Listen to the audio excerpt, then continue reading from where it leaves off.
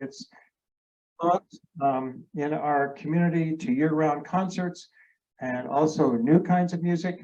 And he's helped commission some contemporary music and expanded into the community in all kinds of engaging ways. Before coming to Chamber Music Northwest, he had leadership roles in cultural organizations in other places, like Portland Opera, Cincinnati Playhouse in the Park, the Children's Theater Company in Minneapolis. And he was also a decade as an executive in Boy Scouts of America, where, by the way, he was also a Rotarian. We need to remember that. Anyway, that's enough about Peter, except to say that he's also a friend of mine. He's married and has two young adult men children who are interesting and curious and energetic and great fun. And it's fun to know them all. And Peter, it's all yours. Thank you, David. So, okay, the camera's pointed here. You'll all be looking up there. We'll make this work. You know, I'm glad you mentioned Star Wars, because I encourage you to, next time you're online, look up the Star Wars finale without music. And it's the silliest video you will ever watch, because it is the great ceremony where Luke Skywalker and Han Solo and others are awarded medals by all of the rebel leadership at the end of the first movie. And if you take the music away, it's the silliest thing you've ever seen, because everyone's just standing there watching. So before I start, just ask, how many of you have attended a Chamber Music Northwest concert? So very few. You're not alone, those of you who didn't raise your hand, because I hadn't until a few years ago as well. So we moved to Portland with a 2-year-old and a 2-week-old. And a couple of years later, our friend Lewis McCraw, who was in the Lake Oswego Rotary Club, Lewis approached us. He's from Tupelo, Mississippi, and it's this wonderful accent. And he said, "Now, Shannon and you're going to come to a concert with us. It'll be casual, and we'll have dinner beforehand. Bring a bottle of wine." So we thought we were going to a Chamber Music Northwest concert and dinner. And even though he said dress casually, we overdressed because we thought we were going to a classical music concert. And we showed up at Reed College, and clearly we were overdressed because everybody was in their best Birkenstocks and khaki shorts and Hawaiian shirts going to this concert. Okay. It wasn't dinner, it was a picnic on the lawn. And we sat down, and we had a babysitter for the night. We sat down on a blanket and we had a picnic. And then afterward, we went inside to Call Auditorium for the concert. And we expected, oh, this would be a nice little local group performing. And no, there were 550 people packing Call Auditorium. The lights went down, and out on stage walked the artistic director to introduce the concert, David Schifrin. I had some of his recordings. He's one of the greatest clarinetists in the world. And then the first musicians walked out on stage, and it was Andre Watts, if any of you have ever heard that name, one of the greatest pianists in the world, and Jennifer Frauchi, a Grammy Award nominated violinist. What the heck is going on here in Portland? And we started going to Chamber Music Northwest summer concerts on a regular basis, and regularly from feet away, as close as I am to you, we saw some of the greatest musicians in the world perform up close and personal, and it was an amazing experience. We started bringing our kids, and then they wanted to play violin as well. So it's been a big part of our life, but one of the things that really hooked us is how casual it was. We got to hear some of the greatest musicians in the world performing some of the greatest music ever written. Make sure I'm pointing the right way there.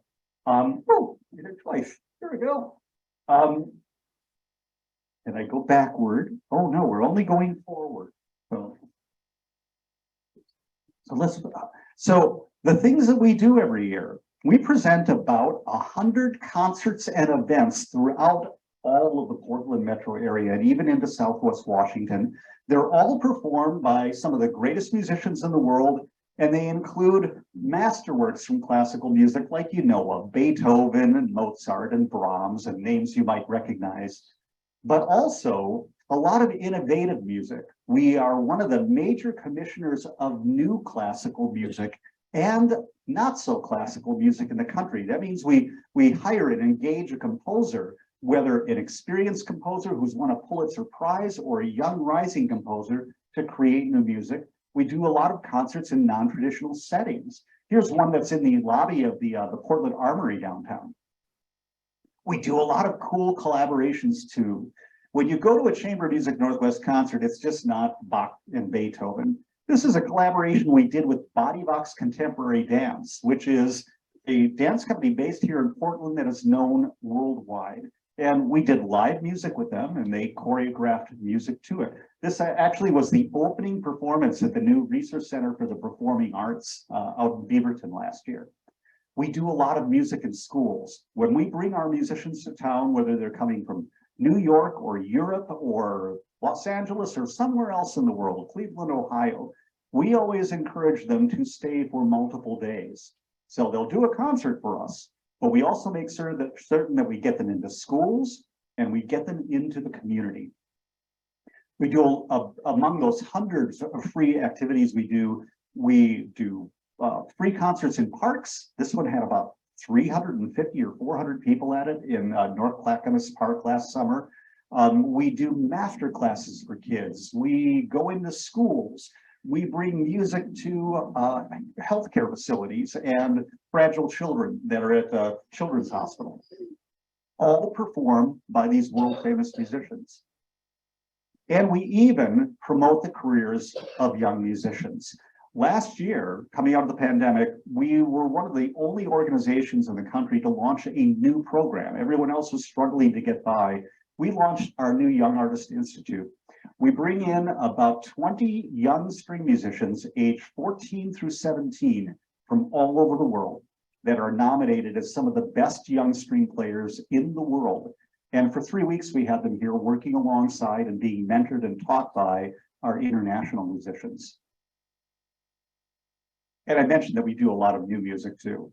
When you come to a Chamber Music Northwest concert, you're thinking, oh gosh, I'm going to a classical music concert. There'll be Beethoven and Mozart and Bach. No, we do it all. Because with the artists that we have in town, they all work collaboratively.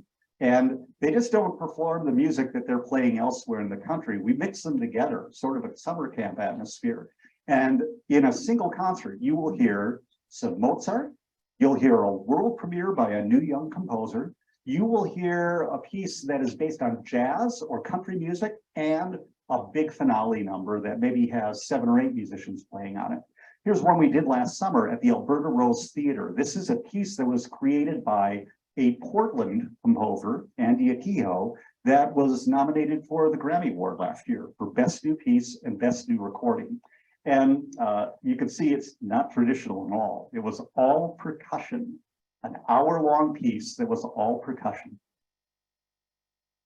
So this summer, our biggest thing that we do every year, we do concerts throughout the year and these education programs all throughout the year as well. But our big flagship program is the Chamber Music Northwest Summer Festival. For 5 weeks, we do concerts throughout Portland.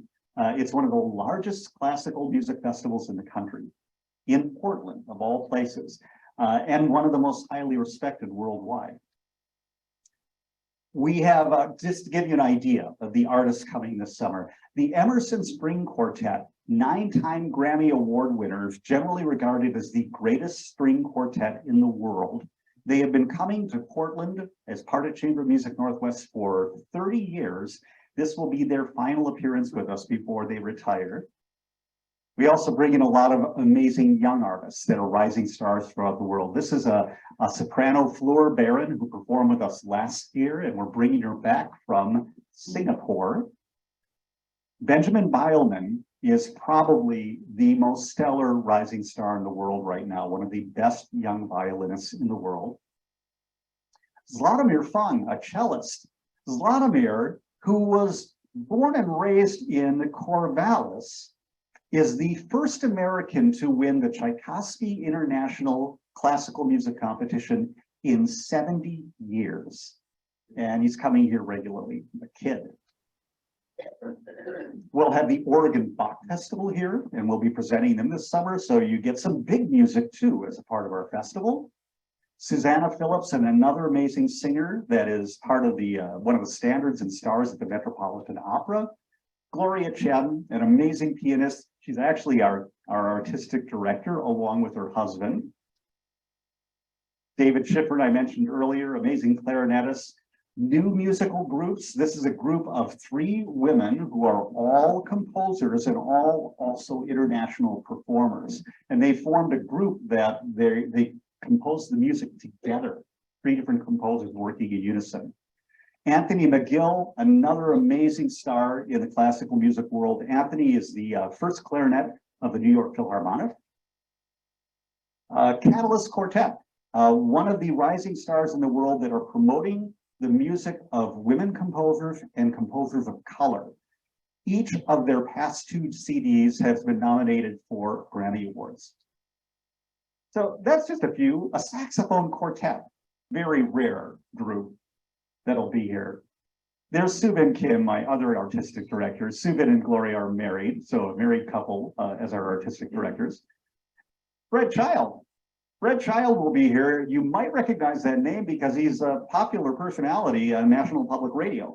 And he's the host of Performance Today, which is the most listened to classical music program in the world.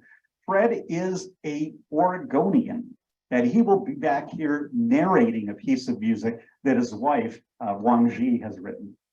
And we also try to discover the rising stars of the classical music world. The Viano Quartet were our young artists last year in our young artists program. They have now hit the professional circuit, and they are coming back this summer. How old are they? They are about 26, 27 years old. And Anton Nell, one of the greatest concert pianists in the world. But there are just a few. Our concert runs, or our festival runs for 5 weeks during the summer. Concerts almost every night. Reed College, Portland State downtown, Research Center out in Beaverton, the Alberta Rose Theater even. So we try to get in every corner of the city. So we hope you'll join us for that. Come and join us for a concert. Very few of you raise your hands. It's an amazing experience because, you know, I'm actually not a trained musician or a huge classical music buff. I like every kind of music. But this kind of music, chamber music, you think, oh, I don't know if I'll like it or not. This is music you feel. Because unlike going to the Arlene Schnitzer Concert Hall, where you see a huge orchestra up on a stage and you're one of 3,000 people in the hall, chamber music, you're in a chamber, a room, and you're usually one of 200 or 300 people that are within feet of the musicians. And these musicians, they don't use a conductor. This is all self-directed. They collaborate, they nod, they look at each other, they grimace when they hit a wrong note. They decide, let's play this part a little faster, and it's different every time. And you're so close, you literally feel the music. You just don't hear it and watch it. It's pretty amazing, and you're almost part of the performance. So I encourage you not only to join us for our summer festival, but maybe even subscribe. Get tickets to one concert each week. In fact, I encourage you, even if you don't like classical music, to subscribe. How many of you subscribe to a local theater or dance company or something like that? 2, 3. What, you don't deserve it? You don't deserve to have great theater or dance or music in your life on a regular basis? Back when I was in college, this is 35 years ago now, my wife Shannon and I, we had the opportunity to get a student subscription. And this was back in St. Paul, Minnesota. We got a student subscription to the Guthrie Theater, one of the greatest theaters in the world, to the Northrop Dance Series at the University of Minnesota, and the St. Paul Chamber Orchestra. And the tickets, because we were students, were the same cost as going to a movie. So we figured this was a good deal. Plus, we were guaranteed a date night. It was fantastic. And then we kept those tickets. We kept those tickets even when we had kids and we moved to Cincinnati, and we continued to subscribe. And We actually left our first child, Finn, one of our young men now, with a babysitter when he was 6 weeks old. And we did that because we had subscribed to the local theater and we had the tickets, we had paid for them, so we had to go. And it was great. We were guaranteed every month or every couple of weeks that we had to go on a date night together. We had to get out of the house. We had to hire a babysitter. The only problem with that is when the kids got old enough, they wanted to come along with us and it got a lot more expensive. It's fun and it's rewarding and it's exciting treating yourself to going to performances regularly that you enjoy. It's a guaranteed date night and you are worth it. You should make the kind of art that you want to have in your life a regular part of it. And it's really vital that you do it as a Rotarian too. Now, you might just try something different, like you might subscribe to Chamber Music Northwest this summer, or you might give Northwest Dance Project, a contemporary dance group in town, a try for a year, or maybe Oregon Ballet Theater, or you might like popular music, and instead of buying tickets to one concert at the concerts at Edgefield this summer, when you go online to, I really want to see that jazz artist, I'm going to buy those tickets. Look through the rest of the list and buy yourself tickets to 2 or 3 other concerts and make your own subscription.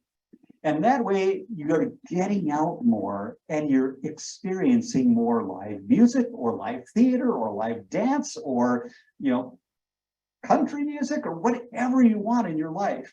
But you should do it for yourself. You should do it for yourself. And that's especially important right now because arts organizations throughout our community, and we have one of the most vibrant arts communities in the nation, are hurting right now. With the pandemic, arts organizations and cultural organizations were actually the hardest hit of any industry, and it's an important industry for us. We think of arts as entertainment, but I want you to look at what the arts actually are. This is the Portland Winter Light Festival. This is a picture from last weekend. These are people flocking to Pioneer Courthouse Square to see incredible art installations of light throughout the city. Hundreds of thousands of people going to this, including many downtown who would never go downtown otherwise. Oregon Symphony doing their annual concert on the riverfront. There are as many as 30,000 people that show up for that. Oh dear, I went back. Let's go back a couple. And another one that I've got here for you, just picking a little, let's see, one more. There we go. So that's the Oregon Symphony concert. Broadway in Portland, another great one in town if you want to catch a Broadway show. We're one of the best Broadway markets in the country, and we get all of the original Broadway casts here in Portland when the shows come here. They are the best productions and the same productions you'll see in New York. And look at that packed house, 3,200 people in the Keller Auditorium. All those people going downtown, whether it's downtown Portland or downtown Beaverton or the Alberta Arts District where the Alberta Rose Theater is located, it has a huge impact. Organizations like Chamber Music Northwest and other cultural organizations in our organization, the arts and cultural sector in Oregon produces more than $687 million in economic activity every year. And if you want to know how big that is the 3rd largest industry in the state of Oregon. And let's see here, there we go, 22,000 plus jobs, one of Oregon's largest industries. And they range from people that work as musicians and dancers to administrative staff, conductors, directors, architects, designers, all work in industries that are based in the arts. And it's the number 3 thing, or actually in the top 3 things that companies and employers look for in where they want to base their business and who they want to hire. They look at, do you have a professional sports team? Do you have a good education system? And are there plenty of arts and cultural opportunities for my employees in the area? That's actually the three things that companies look at the most for whether or not they're going to locate a company or stay in a community. And it's the number three skill that employers are looking for in new hires. They want people that have the skills and have the experience, but also is this a well-rounded person that is creative as well. And it's the number two reason that people come downtown. Whether you consider downtown Portland across the river, or here in the Rose Quarter, or the Rose City Park area neighborhood where Jim and Steve and I frequent quite often. People go to the Rose City Park neighborhood because the Hollywood Theater is there. And they go there to the restaurants and to the shops there and bars because they're going to a show at the Hollywood. And it's the biggest reason that people come downtown other than going for work. So if we want Portland to be revitalized post-pandemic, we all are complaining and worrying right now about the state of downtown and the tents on the street and the people there and the workers not being there. Well, then we need to get people back downtown. And as that slide I showed you from the Portland Winter Light Festival makes obvious, they go downtown for arts and cultural experience and entertainment. And when they do, they spend money on hotels and restaurants and parking and babysitters and everything else.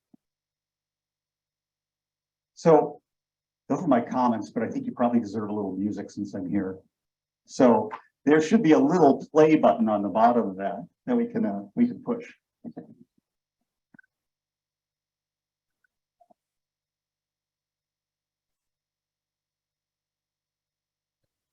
Speaker.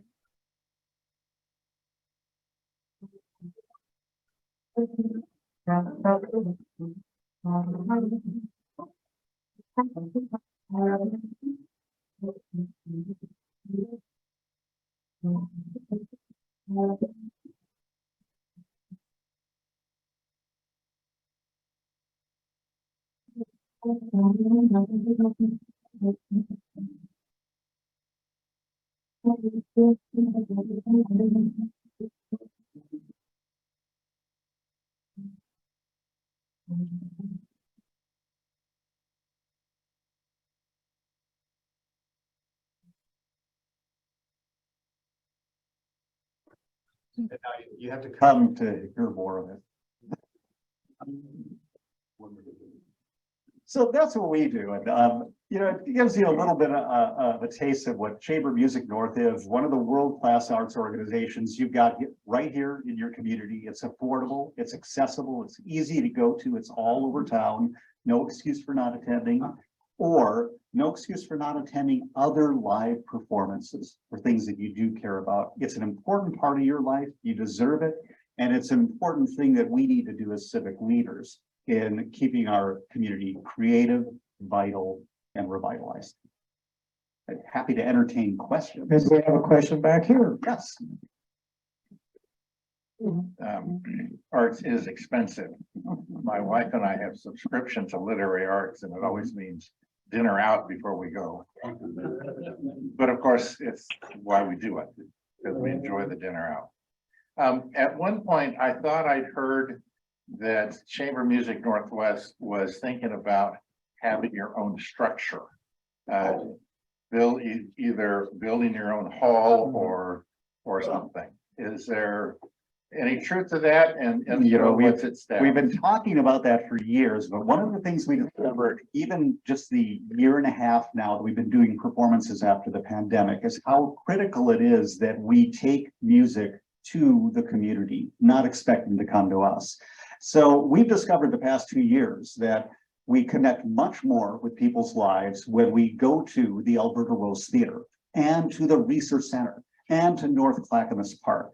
So right now, we're not talking about that because we need to be out where people are, sharing our music, not just making it in a hall downtown.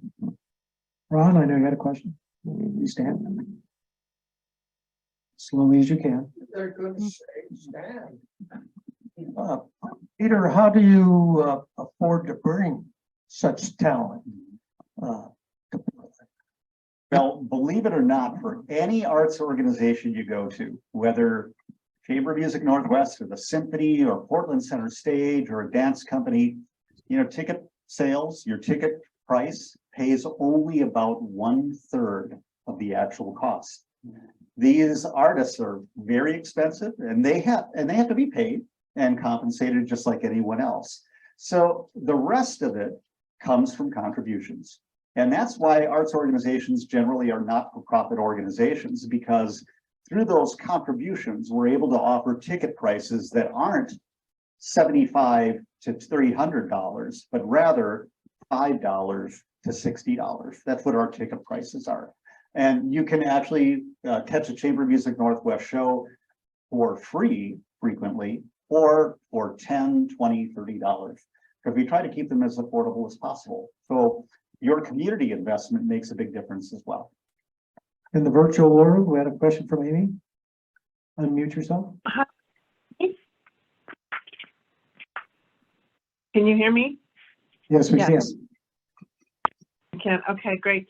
Thank you for the presentation, and I am intensely enlightened because, as you mentioned earlier, the name of the organization really turns me off.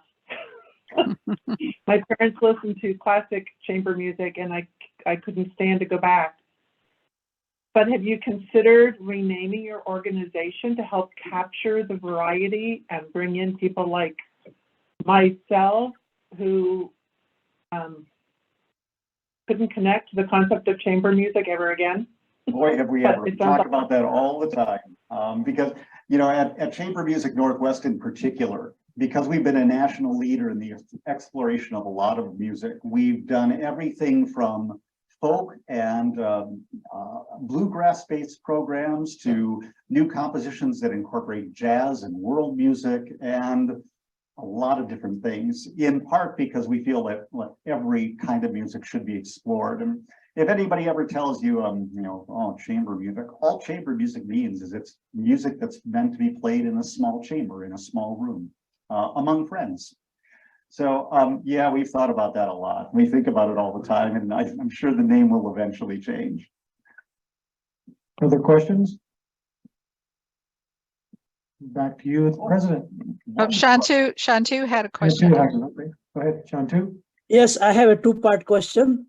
Do you have a annual membership?